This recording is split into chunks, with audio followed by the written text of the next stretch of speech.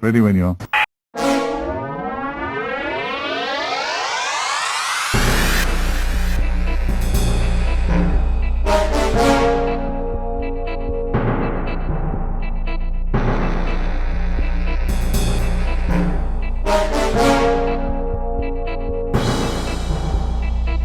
Sass, an impasse, and Sullivan's gas. All on this week's titivating instalment of I'll Explain Later, the Doctor Who podcast that also snogged a Zygon once. With your hosts, John West and Matt Needer. On tonight's programme, it's the long-awaited Thick of It crossover, while everyone wants to know what's inside Osgood's box. Truth or consequences, deal or no deal more like, we confront the nightmare scenario and get stuck into the Zygon invasion and the Zygon inversion.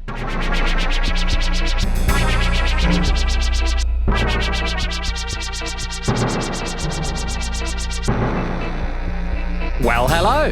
Hello, John. Hi. How are you? I was saying hello to the viewers/listeners first. Hello. Both of them there. Hello. You came back for more. Hey, that's great. Who'd have thought it? And yet Who'd we're have wearing thought the it? same clothes. Uncanny. Very strange. That It's very isn't it? Doctor Who, actually. We're on a very limited budget. Yes. Can I just say, one of the latest iTunes, or Apple Podcasts reviews that we have Yeah. mentions the fact that we've gone woke and hate Doctor Who. Yeah. And yet we kicked this off with a joke about Osgood's box. So I like to think that we've that's really one in the eye for that fella, and it will be a fella who wrote that review. Yeah. Don't worry, I'm sure everything else we say tonight Down to just the one listener now. confirm his prejudices. Anyway, here we are. We're back again. We won't go woke with tonight's episode double anyway, will we? I'm sure we'll have to be very careful what we say about tonight's episode. Anyway, it is the Zygon invasion, the Zygon inversion. This week we're talking about Peter Capaldi two-parter from a series, from Peter Capaldi's second series, where more or less everything was a two-parter, give or take. Yeah. Give us the stats, John. When did this go out? So as you mentioned, there's this series, season 9, episodes 7 and 8. This was broadcast over on the 31st of October 2015 and the 7th of November 2015. Directed by Daniel Netheim, who I'm sure we will be talking about quite a bit. Mm-hmm. And the writers, episode 1 is a solo effort by Peter Harness, and episode 2 is a dual effort between the aforementioned Mr. Harness and Stephen Moffat, who was, of course, the showrunner at the time. I don't know why I felt quite... I thought you were going to say, and of course, who also wrote Sherlock. It's like, which would be true. Yes, coupling scribe Stephen Moffat. Which would be true. Do you want to take the summary on this one? Yes, I think I will try to do so. So at the end of the Day of the Doctor, which of course was the 50th anniversary special, one of the strands of that was that the Zygons were invading Earth, I suppose, or arriving on Earth at least. And what they decided was that there would be an accommodation where was their planet in trouble or something? I can't remember. Do you know what? I haven't watched Day of the Doctor since the 50th anniversary. No. Since it went out. But anyway, there was a palpable sense... That's over 10 years ago now. They sort of recast them as refugees or asylum seekers, basically. So, but anyway, at the end of the Day of the Doctor, there was this idea that there would be a peace accord and that the Zygons would be able to live peacefully on Earth. So cut to this, and that's been embedded for a while. There are 20 million Zygons living, a lot of them in the UK, but around the world. And that piece... They're in human form. They're in human form, so they're not... immediately visible. They're not immediately visible. And yet there are some fundamentalists within the Zygon community who believe that they should be able to be free and visible, and that they are being effectively sort of almost enslaved in this form of having to be human. And so they plot to undo this peace and create conflict, and they manage to some extent to succeed in that.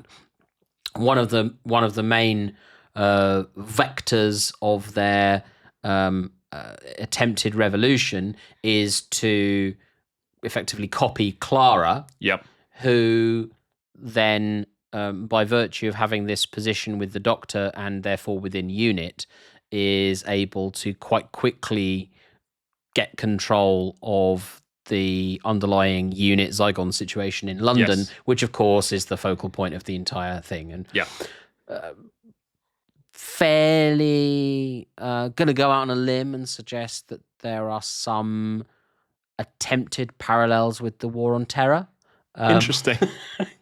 Interesting. I feel like I'm really reaching for that, but well, so this is the thing. I mean, we'll get into this and the extent to which it does or doesn't work. But I mean, this is written by Peter Harness. It's the second time Peter Harness has written for the show.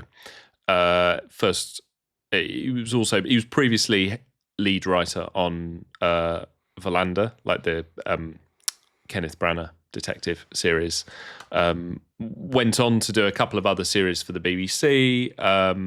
That was it, Jonathan Strange and Mr. Norrell or something, which a friend of the show, Carl, was a huge fan of. And then a few years later, he did the big adaptation of The War of the Worlds. But yeah, I mean, in the previous series for Doctor Who, he'd written Kill the Moon, which was essentially universally loved fan favourite. Move on, next question. Was essentially an episode about abortion, even though he claimed that was a sort of subtext and not something that he'd I mean, it's pretty much the text. And then here he's written a story about immigration and radicalisation, essentially. Yeah.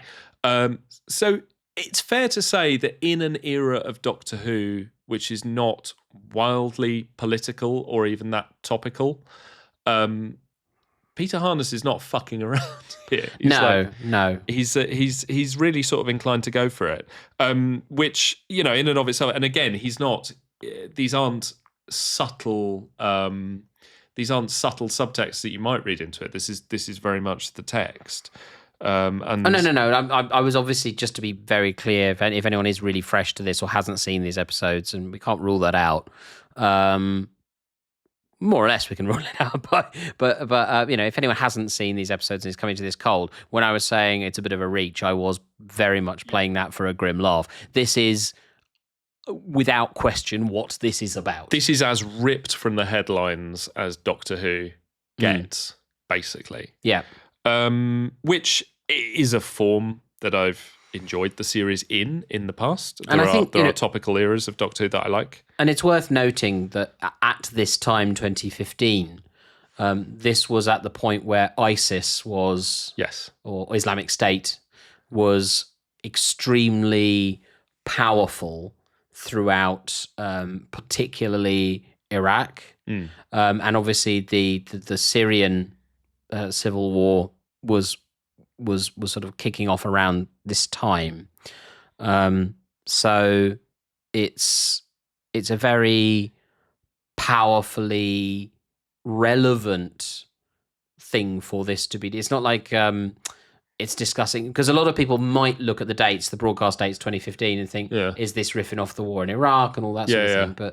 But actually, it was so much in the headlines, and like the hostage video stuff really in the Zygon invasion / inversion, that the hostage video stuff felt very provocative at the time because of the proliferation of such hostage videos coming out of the Middle East at that time. So when you say he's not fucking around, this is brave. Yeah, we'll discuss whether it works either as Doctor Who or as drama or whatever. But it is certainly brave, and I commend the ambition that they should try to address or focus on these topics. But I have no idea what you think about this, and you're keeping me on tenterhooks because I feel that there is a lot of stuff in here where you might appreciate the attempt. I have no idea what you thought about it. John, is this any good? I think that when Moff gets his hands on the writing in the second episode, this improves a lot. Yeah. I think the second episode is pretty solid. Yeah.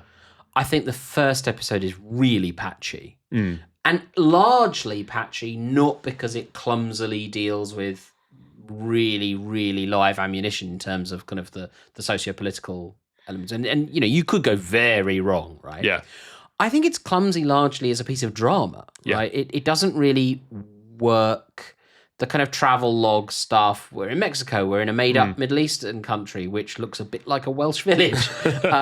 We're sort of in London. The Doctor and Clara are split up, which obviously, you know, splitting up the Doctor and the companion is a pretty well-worn way for Doctor Who to go. But it just feels like it's quite disparate. It doesn't seem to hang together as drama particularly well. There are the whole kind of New Mexico Truth or Consequences episode seems very ill-considered to me. It just doesn't really work. It just doesn't really sort of, why is that there? You could easily have just had 2 locations rather than 3. Which is not to say there aren't good moments in that first episode. I particularly like the big switcheroo where the 2 kids, which is played very, very bluntly for laughs. It's really broad, that sort of opening scene where the Doctor's in the playground looking for a monster and it's full of kids, isn't it? Yeah. And he's looking for 2 representatives, 2 community leaders, basically, right? Who say, look, these are our children. We will look after them. This is no concern of yours. And of course, they're kids. And you think it's going to be that he's gone up to these kids and they're not aliens and he's just freaking them out. Because obviously, the Capaldi Doctor is played very socially awkward. And so that's played for laughs. But it turns out, no, these are the community leaders. And later they're abducted and later they're killed. And so that feels, I think, quite effective. But broadly speaking, I think the drama just pulls in too many different directions in that first episode. I think in the second episode, where it becomes much more focused on the dramatic consequences of these kind of divisions in society on people that we care about and have got and already know, Clara, the Doctor, Kate, Stewart. I think it's more successful. I don't think it's an out-and-out success. I broadly think this is okay. A lot of what I think, I think the second episode works much more effectively. I have to say, again, and both listeners will be frustrated at having to hear me say this again, but a lot of it hangs on whether you care about the Clara character, and I don't. So, that there's, you Matt drafted the intro for this, and you started it with sass, and it's like basically, Clara equals sassy, and I just don't feel there's much to her other than that. Last week we discussed Blink. Thank you. Which another Moffat and another major Moffat female character, Sally Sparrow, who with a few brushstrokes and an admittedly pretty amazing performer, really lands. I've never felt that with Clara. So very famous, of course. We'll come to this, I'm sure, in greater depth for Peter Capaldi's, I think, 10, 12-minute speech at the end of episode 2, which... It's Peter Capaldi. He takes me with that. He grabs me, and I don't mind admitting that I got quite emotional when he is talking about the pain of some of the decisions he's had to make in his life, because you just totally believe him. But I don't think that the 2-parter quite adds up to the sum of its parts. I feel like it's a bit flat.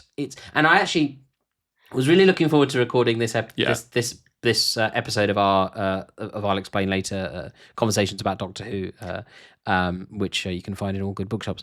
I was really looking forward to recording this episode because I was actually bumping on why I felt it was so flat, because there was a lot here to like. The direction was kind of fluid. It looks great. I mean, we were doing Blink last week on its old like high definition video, and this is actual legit high def, and it's brilliant. It looks great. Some pretty great casting. You got Rebecca Front in it, massively underused. But there's something that just feels really thin about it. Of course, you'll come in now and say you just loved it top to bottom, and you didn't think it was thin at all, so you won't help me. But well. No, I mean, I think I probably liked this more than you did. I think it's a win. I'm going to say is that I think it's really good. I think it gets there on points in a sense, right? Yeah, there's not a knockout. I think there's a fair amount of stuff wrong with it. I think, but it gets there for two reasons. One is that I think there's a bunch of really, really good bits to it, and two, I like the swing for the fences ambition of it. Yeah. And I think, I think that's very much in his favour. I think the broad sweep of the Moffat era, like the reason why I got, and I like the Capaldi era so much more than I like the Matt Smith era. My taste in Doctor Who is for a degree of not necessarily topicality. It doesn't have to be this ripped from the headlines as such, but I like the sense that it's sort of touching base with the world in which we live. And I think if you think that whole period, so when Moffat comes in 2011 and his last episode goes out, well, it's Christmas 2017, isn't it? And that is 2010. Yes, well, I suppose he comes in, yeah. Oh, yeah, no, it is 2010. Sorry. Yeah. It comes in 2010. So, but I mean, that internationally and in terms of Britain, that is a broad period of, turmoil and, internationally even more so. Yeah. There's a real sense of which, like a lot of the certainties of the 90s and the first part of the 21st century sort of really did start to disintegrate. And I would say 2010 is when you really start to get into this kind of Fukuyama, hello birds, hello sky. Liberal rules. Liberal rules will win, and that's everything done. Yeah. I mean, I think you can perhaps point to 9/11 and the fallout of that, and totally. But that still felt kind of arm's length to many people, I think, in the West. Yes, that's that sense that we were done with the turmoil of the 20th century. Yeah. Which obviously now is not proved to be the case. But I mean I think one of my frustrations with the Moffat era as a whole is that it becomes Doctor Who becomes inward looking and becomes preoccupied with doing its own thing. It becomes about itself to the extent to which it's running its own tropes into the ground, building its own mythology internally, and not sort of, and as I say, I don't need it to be doing social satire every week, but it's occasionally just open the window and have a look outside and sort of take the temperature. Yeah. And I think but it all becomes, especially in the Matt Smith era, it all becomes Trenzalore and Doctor Who and River Song and River Song, the box of tricks that kind of is if you can mine a box of tricks, but the box of tricks that gets resolutely emptied and scraped out following the success of Blink, which we discussed last week. Well, this feels to me sort of quite. This is almost like the sort of Pertwee era on steroids, to the extent. I mean, not just because this two-parter, yeah, not just because of the sort of the unit aspect, the sort of the very sort of localized invasion in the sense that not even an invasion as such, but it's the very localized alien situation that it's dealing with, but also in the sense that the unit era is set in a it sort of reflects the world in which it's being created, this sort of unfolding environmental and energy crisis that starts to sort of play in the background of a lot of things, and this broad sense of national decline. And as I say, it's I don't need Doctor Who to do this every week, but it's the fact that the real world and the world of Doctor Who are so disconnected during the Moffat era is the sort of problem that I have with it. So, I like the ambition that it is doing something topical, that it is doing something that feels very now. And I think given, as you say, the live ammo that it's handling, there are some bits on it and there are some reads on some of the situations that I think it handles incredibly deftly.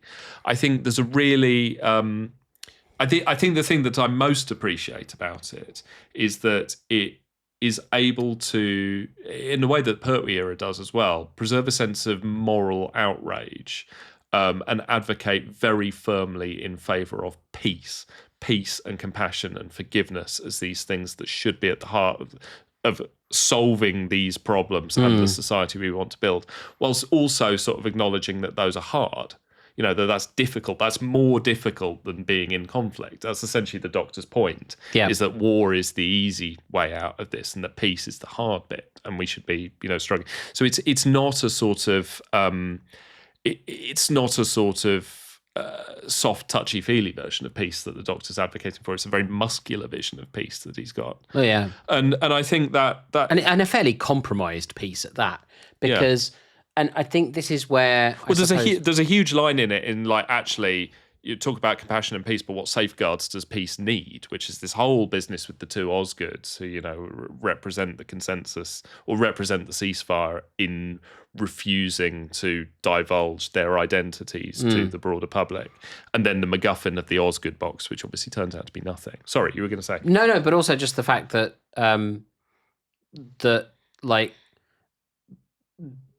the kind of quote unquote evil Clara Bonnie or Bonnie Zygella, I think Zygella that he calls her, has a point.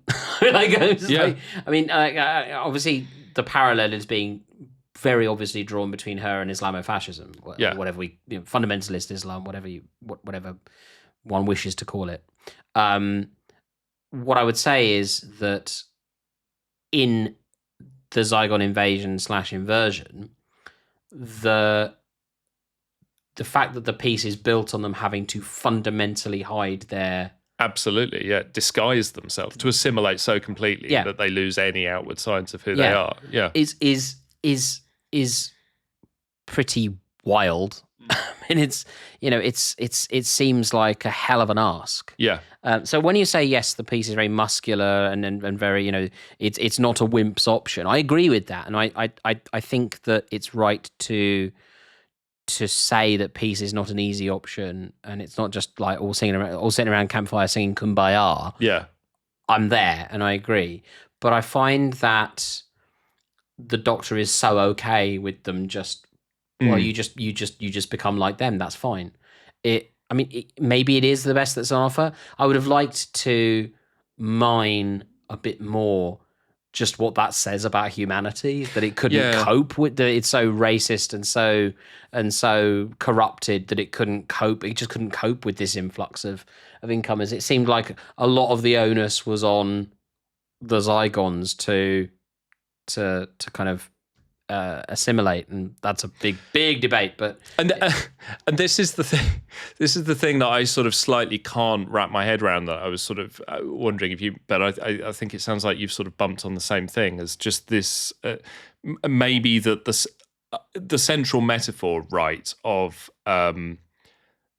Zygons as Muslims essentially, or Muslims as Zygons, with the view that, a small minority of them have been radicalized, and there is the sense I've seen, and actually I think, other than the Doctor's speech, which I think is remarkable, like especially when, Capaldi goes into full flight. The best scene in it is the one in episode 2 where they're talking to the guy who Bonnie zaps and starts to turn back into a Zygon. Who wants no part of it. Who wants no part of it. And he's saying, this is my home. This is where I want to live. I'm not interested in conflict. I just want to live here. This is my home. A vital character. Vital character. That's the best scene in it. Yeah, it is. I found that scene at the time and now sort of incredibly affecting. And when it really sort of lays the pieces out. But also, you very seldom see suicide depicted in a kids' show.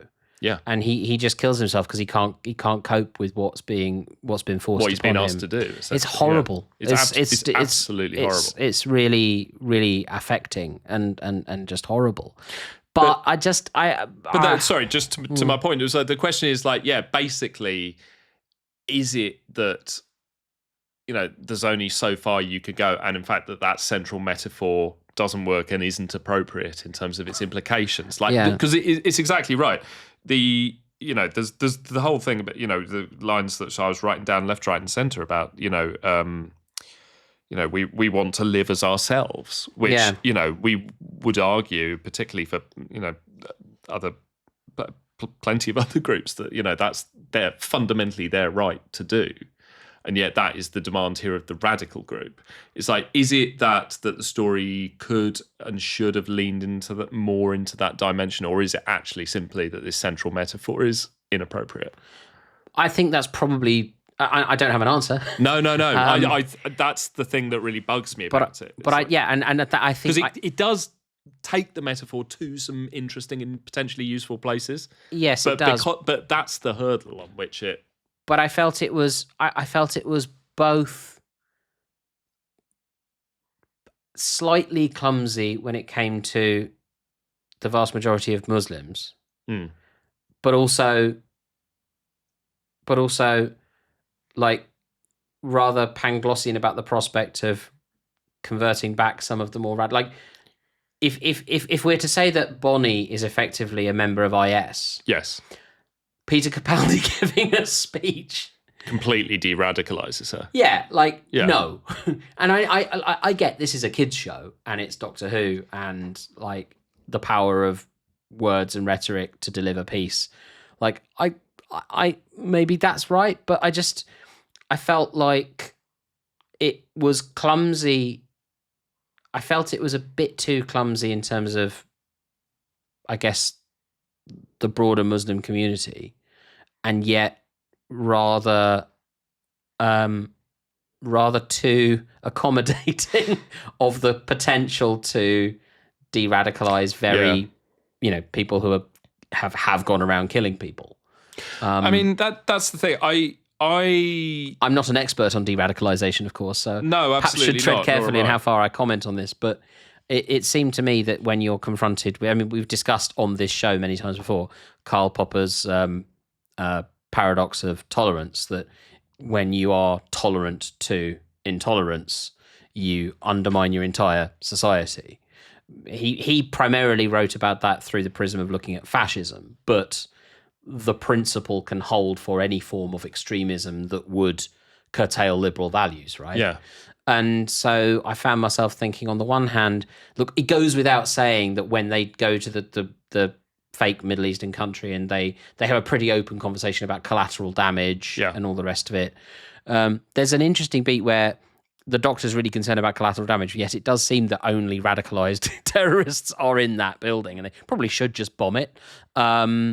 Which is kind of like it's a bit strange, and also like that scene would have worked a bit better if there'd been some actual hostages or something, or like they were embedded with a broader community. But it did seem like they came out of the church and went, "Yeah, we're terrorists, we're evil," and they all were, and they should have just done a Richard Nixon on them. But yeah, I guess like. You're absolutely right that scene with the Zygon who just wanted to accommodate to his new life and wanted peace, above all peace and quiet, and to mill about and do his shopping, basically, was profoundly moving. And I would not criticize the liberal bona fides of those involved in this. And look, no surprise to our listeners, or indeed the chap who wrote the Apple Podcast review accusing us of being very woke, that we're pretty firmly embedded in the liberal left. But although liberal is a red rag to a bull to many people, but in terms of liberal democratic values as opposed to economic positions. Yes, of course. Anyway, you figure us out, people. Yeah. Go back and listen to the catalogue. You'll know where we stand on most things. So I would not criticize. I don't think that there's any attempt. I don't think it's clumsy through lack of effort, or I think there's perhaps, as you have said, just a limit to how far analogy can get you. Yeah. And whether or not actually, it would have benefited from being a little less on the nose. Yeah, that's the thing. I actually think if it pulled back like 20% in terms of absolutely laying out who these guys are meant to be, you might get it. Because as I say, it's essentially, I found myself thinking, you can't negotiate with ISIS, right? Yeah. Now, I'm not saying that you should carpet bomb an area of a Middle Eastern country to deal with ISIS either. It's fucking complicated. But basically, I found myself watching the Doctor pleading with Bonnie, who's just gone around killing loads of people, and going, "You can't negotiate with IS. You can't do it. It's impossible." They don't actually have an ask, which of course he gets to. But I just found myself going, I'm bumping on the fact that you're asking us to draw this very specific parallel. Yes. And it doesn't work. And I agree with you, actually. If it had just dealt in broader themes. Because It that's the perhaps thing. I could mean, have been it's more the successful. Doctor's point, and to the point where, like, I think the complete de-radicalization of Bonnie at the end, to the point where she is now, you know, I mean, literally a member of UNIT, a happy soldier for the other side, you know, is way too cute. Yeah. That said, I think the fact that the Doctor, you know, through his commitment of explaining how hard peace is, you know, and the speech where, as I say, he presents it as precisely the opposite of the Wimp's option, the harder thing that we have to work for, you know, moves her enough to at least pull her back from the edge. You know, I personally think that, you know, as again, if it wasn't for this very specific parallel that it's trying to draw, quite a powerful moment, because it's like this, the Doctor. I think the Doctor quite often is allowed to have speeches about how good will win the day and the value of peace and compromise, when coincidentally all the enemies are dead, either through means of their own or something that he's done. Do you know what I mean? I think he quite often likes to have it both ways. And so the fact the Doctor's daughter is the worst one. Remind me what happens at the end. Oh, he of that, just gives us never again. Well, Yeah. you do all this, and it's just, oh god, it's. I mean, it's perhaps not quite the point you're making, but it's just one of the worst pieces. You know, he's angry for peace in a really kind of like, you know, you can imagine RTD just. I don't even know who wrote The Doctor's Daughter, but someone dashed that off in an afternoon in the pub by four trebles all round. Tennant will probably do. Yeah, exactly. You know, I can hear him saying that. Yeah. I mean, it's like, but here, you know, he does it the hard way, and you know, at least in terms of getting her to step back, you know, it works. I think that is undone again, as I say, by the following scene, which is, I think, he's way too cute in terms of presenting her as now. I just also think I keep coming back to this. Converted. The basic ask of the Zygons, that they subsume their entire being and just pretend to be humans and don't give any outward sign of their of their culture, where they're from. It's a completely unreasonable ask. It's a completely unreasonable ask. Yeah. And to the extent that because it's because in the context of the show, that's and the ask, by the way, the reason that they should remain hidden is to keep the peace of the host nation. Yeah, which is, well, that's what I'm saying. awful. I think you can, if you could have a bit more in there to say, look, listen, these Brits, right? I mean, and they do at the end, they do hint at it, you know. There's a line where he says, they probably think you're after the benefits, you know. Yeah. Well, and there's also like, I mean, is it takes opportunities to, you know, dole it out to both sides. There is something. There's a sort of irony, and again, I'm not sure if it's particularly well thought through, but there's an irony to the bit where, like, when Kate is in New Mexico and she's talking to the sheriff, who turns out to be a Zygon, but the sheriff is sort of refers to the, you know, the radical Zygon group that's transplanted to New Mexico and holed up in this town, Truth or Consequences. And she says, like, and that was when the British arrived and they turned up and they didn't have any jobs and they were sort of hanging around. And, you know...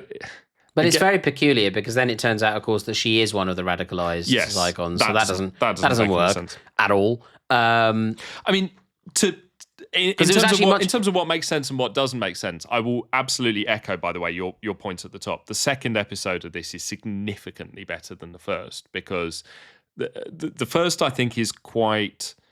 The first has a couple of good scenes, but I think it's quite sloppily plotted.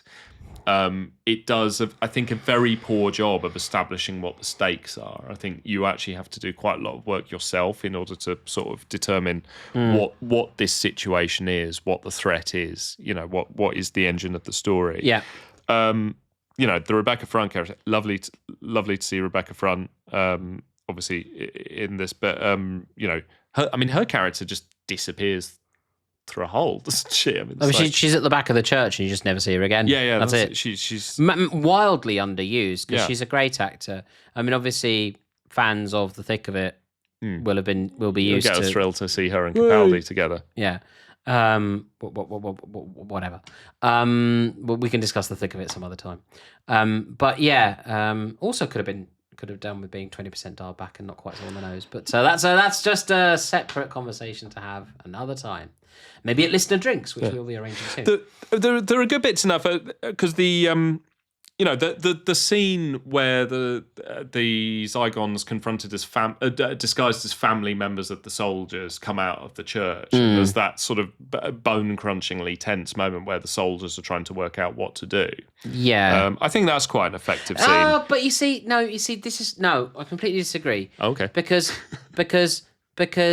that is a nice kind of, I don't know, like Invasion of the Body Snatchers, Midwich Cuckoos kind of bit of sci-fi weirdery, which serves no purpose and has no place in an otherwise very fucking on-the-nose social satire. Like, what is that meant to tell us? No, it's true. Because your brain is like, well, okay, so these people are like IS or whatever. And so your brain is all stuck in, well, I'm following this parallel through to its kind of natural conclusion, a bit like with Pertwee and the Trade Federation Alliance thing, Britain's entry to the European Community, as was Peladon, exactly. And so you're kind of your brain is in this. All right, well, I'm looking for the parallels and trying to sort of work that out, and then you're confronted with this complete sci-fi moment which has no bearing or parallel or relationship to anything else. It just it threw me out of both.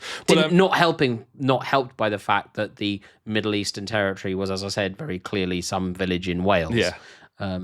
Just it's so sort of odd. It wants to have its cake and eat it, I think, in the sense there's also the scene in that episode where there's it's very on the nose about talking about drone warfare, for example, which obviously is, we're coming to the end of the Obama era where that was sort of one of the hallmarks of foreign warfare, that period.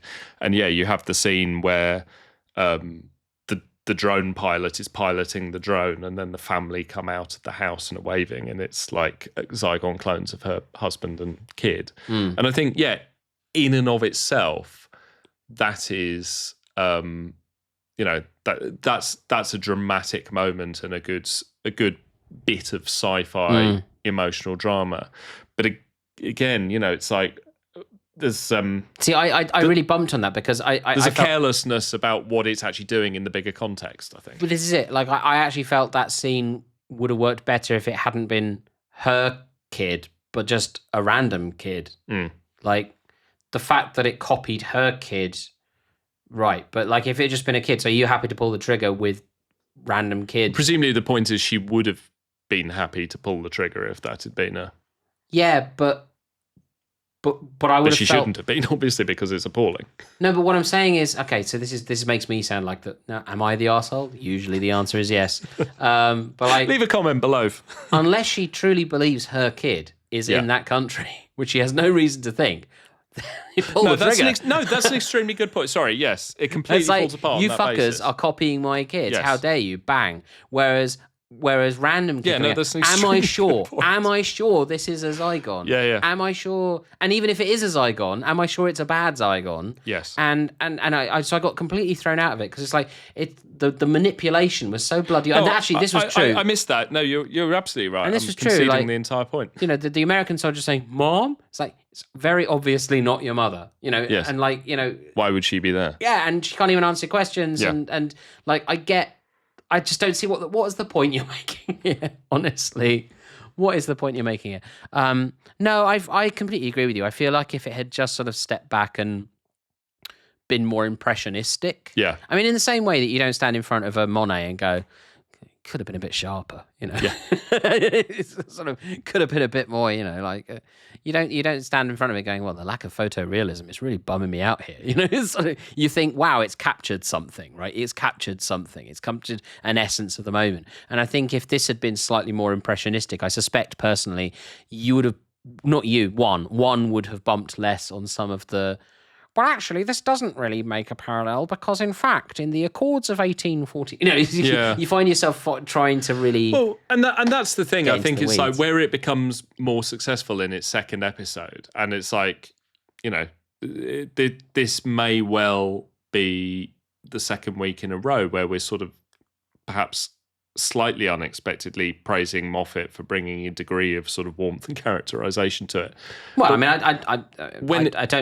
he adds him. He is a co-writer on the second episode, which is better.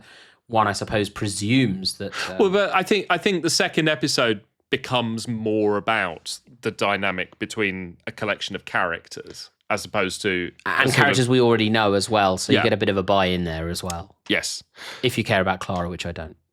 So on that point, Though I think her performance is pretty good in this, by the way. But that was the thing I was going to say, is that obviously in this she has two roles to play. She plays Clara and she plays Bonnie, the Zygon clone of Clara, who is the slash Zygella, who is the radical that the Doctor sort of pulls back from the brink.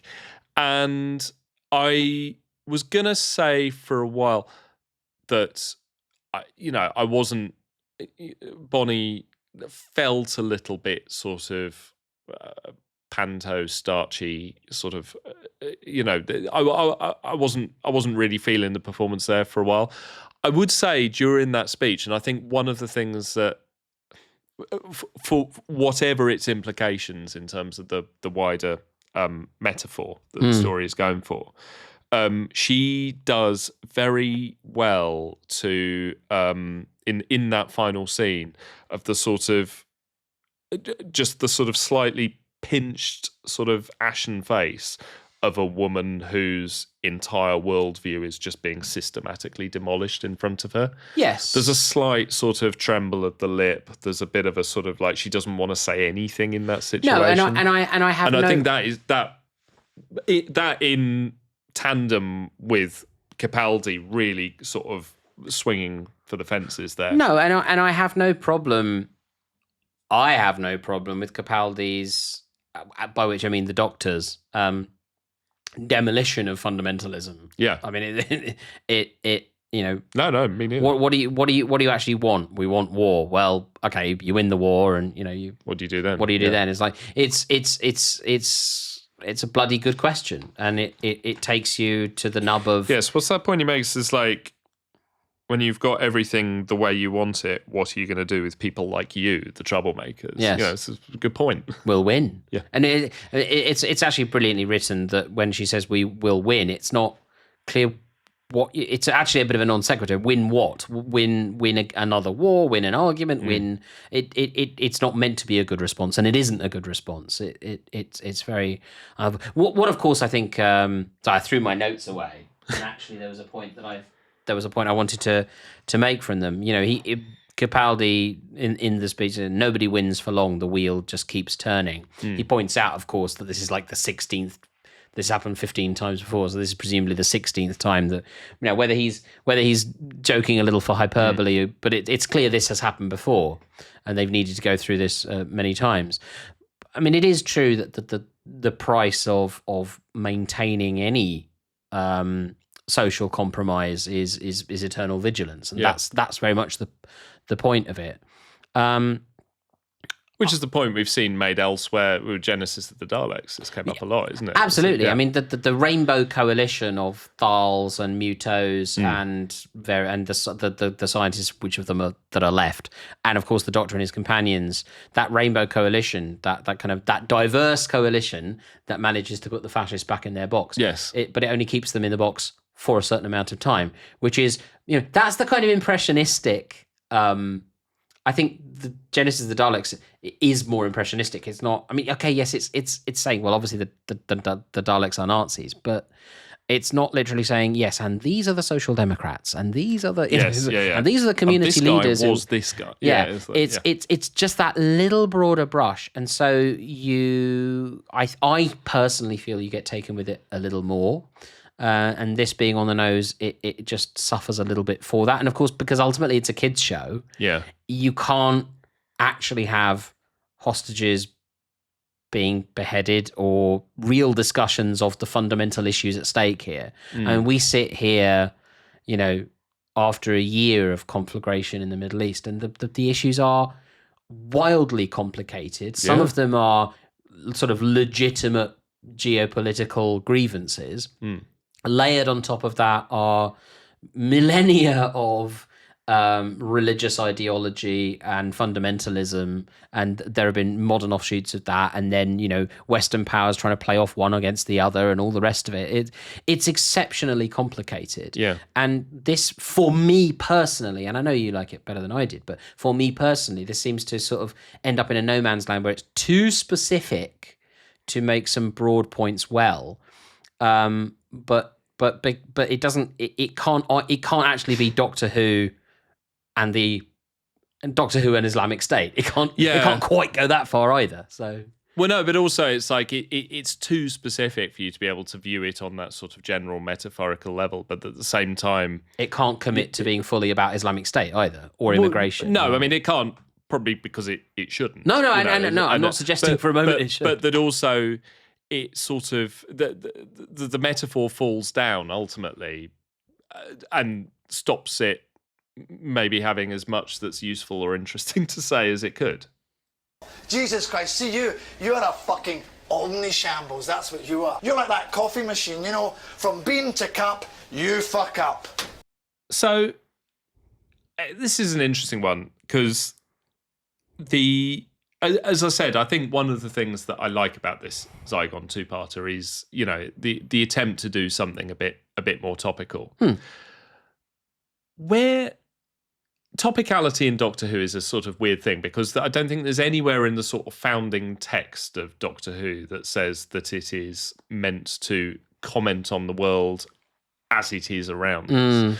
There's always this sense that the mission statement of classic Doctor Who is that it's going to educate kids about history and science.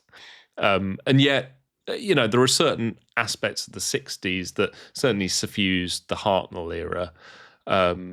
The Pertwee and Baker, the Pertwee series is definitely in conversation with the political climate around it. Yes, very much so. The Tom Baker series, maybe it moves a little more sort of in a cultural direction, but it feels sort of a piece of the world in which it's being made. In the 80s, obviously, this is. If I have a new thesis that I'm looking to put forward over this series, I'll explain later, is that actually 80s Doctor Who really has very little to do with anything that happened in the 80s, whether that be culture, fashion, style, or politics or history. Davis Doctor Who, until obviously you get to until you get to Carmel, yes, yeah, fair point. Davis Doctor Who, very topical. Moffat, less so. Chibnall starts off wildly topical and then sort of retrenches from that in the second half. And then Davis 2.0, very topical again. I feel like, where do you stand on this? Do you think there's something that do you think this is something that is inherent that the Doctor Who should do this kind of thing? First of all, with the Chibnall thing, I think it's so funny because first of all, ever since he stopped being showrunner, he's given a series of just delightful interviews. The man's obviously a delight. He's and very open and talks a lot about what he's doing.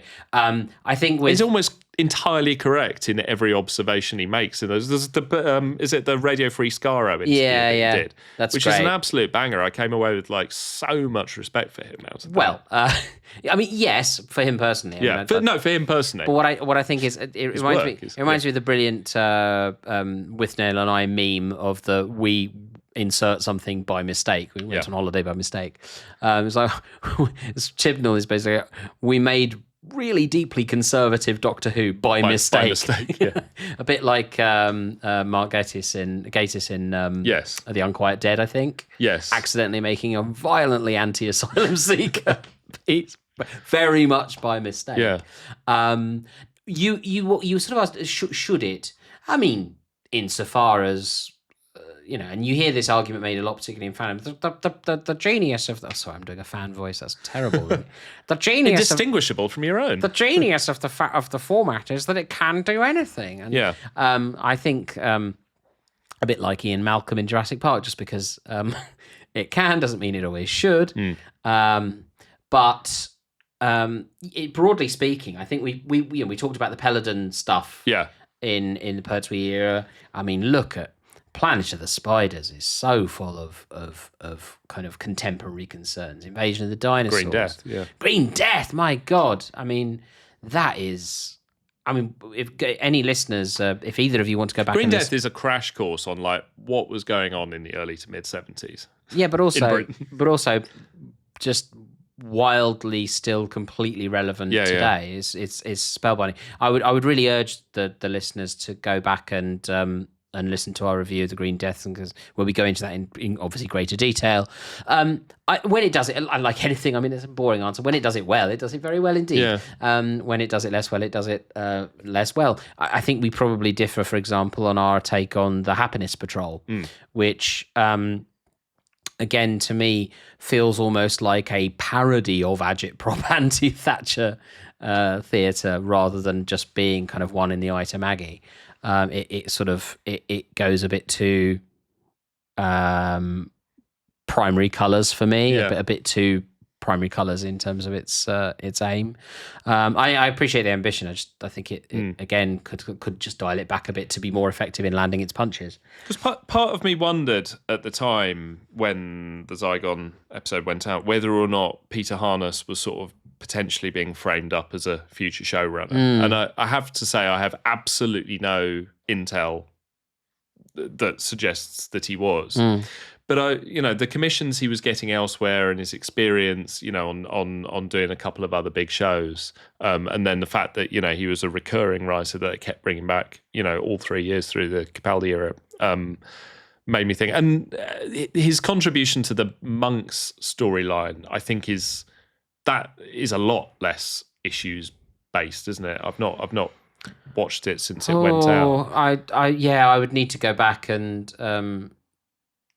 But yeah, I just would you not with the weakest segment of season 10, unfortunately. Yes, notwithstanding the the flaws in the specific metaphor, which perhaps ultimately condemns this Zygon two-parter to not working.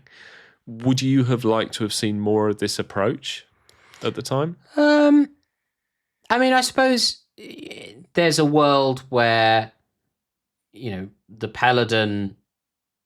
Big Finish may have done this, by the way, but the Paladin almost certainly have. The Paladin stuff talks about Britain's entry into the European community pretty obvious, pretty nakedly. Although it sets up that very obvious parallel and then is a bit scuzzier about, which I think again is probably what the Zygon invasion version could have done. I think it probably would have been fruitful to sort of. It must have crossed their minds to go back to Paladin, around the Brexit time, and sort of do the reverse story, right? Someone must have thought that. I mean, it actually, to be fair, that was another interesting thing that really stood out in the way that Doctor Who can often serve as, because we've had Alpha Centauri back in. We have off camera, yes. He's at the end of the Mars episode. I think he gets a scuzzy little kind of intercom screenshot thing. Oh yeah, okay.